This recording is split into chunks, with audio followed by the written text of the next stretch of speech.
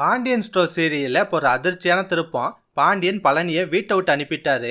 ஆமாங்க, இனிமேல் பழனி அவங்க அண்ணன் வீட்டுக்கு போய் அவங்க கூட இருக்க மாதிரி தான் கதைக்களத்தை கொண்டாடுவாங்கன்னு நினைக்கிறேன். முதல் நடக்குதுன்னா பழனியோட நிச்சயத்தை நிப்பாட்டினதுக்காக பாண்டியன் கோமதிலாம் போய் சக்திவேல் முத்துவேல்கிட்ட சண்டை போடுறாங்கல்ல. ரெண்டு தரப்புலையும் பயங்கரமா வாக்குவாதம்லாம் நடந்துட்டு இருக்கும். கடைசியா முத்துவேல் சொல்றாரு, இங்க பாரா பழனி, உன் கல்யாணத்தை நிப்பாட்டுறது எங்க எண்ணம் இல்ல. இப்போ கூட ஒன்றும் கெட்டு போல, எங்க கூட வந்துரு, நல்லா பொண்ணா பார்த்து நாங்க ஒன்று கல்யாணம் பண்ணி வைக்கிறோன்ற மாதிரி கூப்பிடுறாங்க. பதிலுக்கு பழனியும் நல்லா நறுக்குன்னு தான் கேட்கறாரு. ஆனா போதும்னே, உங்க சவகாசமே எனக்கு வேணாம். இப்போ கூட என் மேலக்கு பாசத்துல எல்லாம் கூப்பிடல, என் மச்சான ஜெயிக்கணும், அவரை அசிங்கப்படுத்தணும், அதுக்காக தானே இப்பெல்லாம் பண்ணிட்டு இருக்கீங்க, தயவு செஞ்சு ஆளை விட்டுருங்கன்னு சொல்லிட்டு அங்கேருந்து கிளம்பிடுவாரு. அதுக்கப்புறம் என்ன நடக்குதுன்னா, பாண்டியன் குடும்பத்தில் இருக்க எல்லாருமே பழனியை சமாதானம் பண்ண முயற்சி பண்ணுவாங்க. முக்கியமா பாண்டியன் வந்து, பழனி எதுக்கும் கவலைப்படாதடா, இந்த சம்பந்தம் போனா என்ன, இதை விட சூப்பர் பொண்ணா பார்த்து நான் உனக்கு கல்யாணம் பண்ணி வைக்கிறேன், அந்த கல்யாணத்தை உங்க அண்ணன் இல்ல வேற எவனாலையும் தடுக்க முடியாது அப்படின்ற மாதிரிலாம் பேசிட்டு இருப்பாரு. அதுக்கு பழனி வந்து, மச்சான் போதும் மச்சான், இதுக்கப்புறம் என்னால அசிங்கப்பட முடியாது, தயவு செஞ்சு என் கல்யாண விஷயத்தை இதோட விட்டுருங்கன்ற மாதிரி ரொம்ப வெக்ஸாகி பேசுறாரு. கடைசியா நடக்கும்னா, பழனி கடையில வேலை பார்த்துட்டு இருக்கும் போது எல்லாரும் பொருள் வாங்குற மாதிரி வந்து பழனியை லைட்டா குத்தி காட்டி பேசுறாங்க.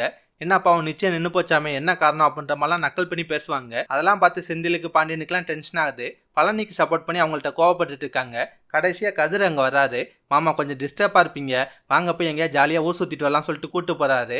அதோட தான் இன்னைக்கு சீரியலை முடிச்சிருந்தாங்க. இதுக்கப்புறம் நடக்கும்னா, பாண்டியன் வேலையெல்லாம் முடிச்சுட்டு வீட்டுக்கு வரும்போது காந்திமதி பாண்டியனை பார்த்து பேசுறாங்க. பாண்டியன்ட்ட ஒரு உதவி கேட்பாங்க.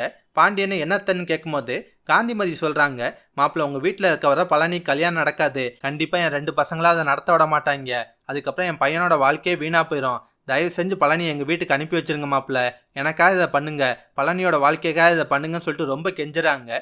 பாண்டியனும் காந்திமதிக்கா இந்த விஷயத்துக்கு சம்மதிக்கிறாரு. பழனியை வீட்டை விட்டு அனுப்பணும் முடிவெடுக்கிறாரு. ஆனா நார்மலா சொன்னா கண்டிப்பா பழனி போக மாட்டார்ல.